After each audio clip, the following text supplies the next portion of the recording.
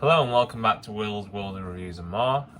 Today I'm going to be doing a Will's Top 5 and basically we're going to do my favourite Beano characters slash comic strips. Obviously you can see I've got DC, but I love Marvel and I also love the traditional British comics, in particular the Beano. So if you guys don't know much about it, basically it's a comic strip that's been run in England for a long time, and has created many famous characters.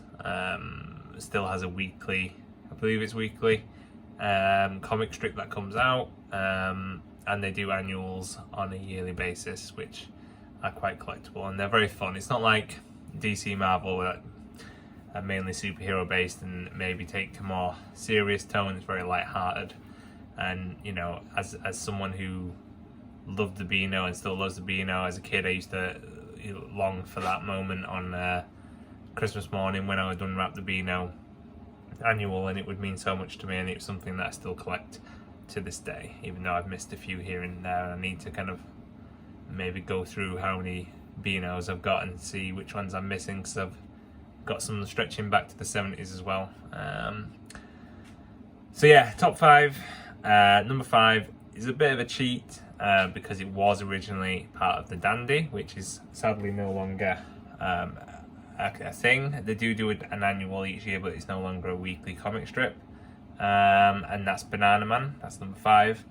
I used to love Banana Man. The idea of, just being a kid and you eat a banana and you become a superhero. So there was definitely some element of me liking superheroes even before I really had any kind of exposure to them. I was saying that I had very early exposure to 1966 Batman, which is still my favourite version of Batman. So yeah, Banana Man, I love the idea of it, love the concept, and it's very fun, and now it is part of the Beano, so technically we'll put it at number 5. Number 4, the Bash Street Kids, one of the oldest continuing strips in the Beano, and that will be based on a very unruly class who torment their teachers and get into so much trouble and mischief, and there's some very famous characters in there, like Smithy and Plug, who are quite recognisable to most people who've grown up with the Beano around their generation. So yeah, Bash Street Kids, love them. Number 3 is Calamity James. Absolutely love Calamity James. The little lemmings that were always in the picture, and you can kind of spot them. It's a bit like a Where's Wally. You can follow the lemmings, and just, as the name suggests, he's always, getting into calamitous situations, and they're just extremely funny. And I love the design of it, the design of the character. It was very different from a lot of the other Beano strips at the time. Just the way he was drawn, it was very interesting. It kind of jumped out to me, and it was always one of the ones that I looked forward to in the annual, reading the most, and sometimes be the ones that I would skip forward to. Number 2 is the numskulls, and obviously, basically, they were little creatures that lived inside this guy's head, this kid's head, and it was all different ones that controlled his emotions, different emotions, things like that. But yeah, that was one that I really took to, and I think is probably a little bit underrated. But yeah, it was just such a very cool idea.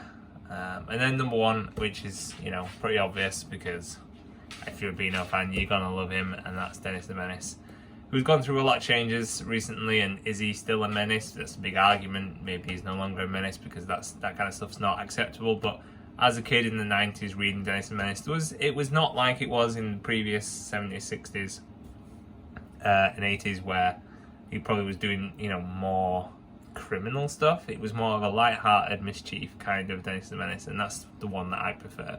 He's not entirely bad, but he's also not like goody two-shoes either, and doesn't really make too much mess or menace and people, because that's his name, that's what he got up to, and they were just fun adventures. And Nasher, and Curly, and you just think that such iconic characters, Pie Face, which is absolutely hilarious. And And yeah, he's just iconic. The red and black jumper. It's a comic strip that everyone should probably read.